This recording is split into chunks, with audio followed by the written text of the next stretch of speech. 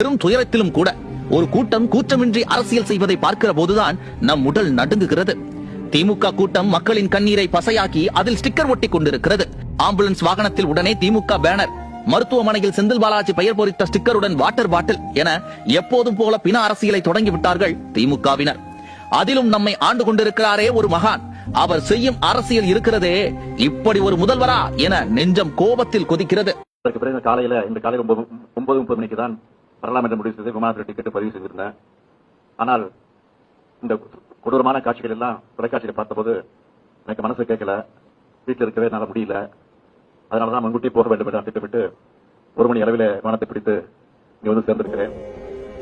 இரவில் தூங்க முடியவில்லையா, ஓடோடி வந்து விட்டாரா?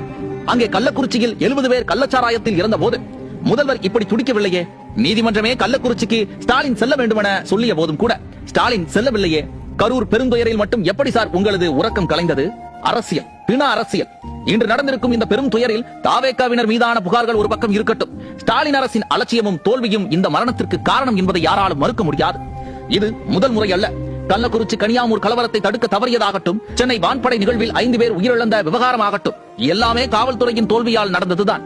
இன்றும் மரணம் நிகழ்ந்த பிறகு 27,000 பேர் வந்தார்கள் என கணக்கு சொல்லும் காவல்துறைக்கு அங்கே அவ்வளவு கூட்டம் இருக்கிறது என இரவு 7 மணிக்கு தான் தெரிந்ததா? காலை 11 மணி முதல் அங்கே விஜயின் ரசிகர்கள் காத்திருக்கிறார்கள். கூடுதல் காவல் படைகளை களமிறக்கி இருக்க வேண்டும். மாவட்ட தலைநகரில் அதிரடி படைகள்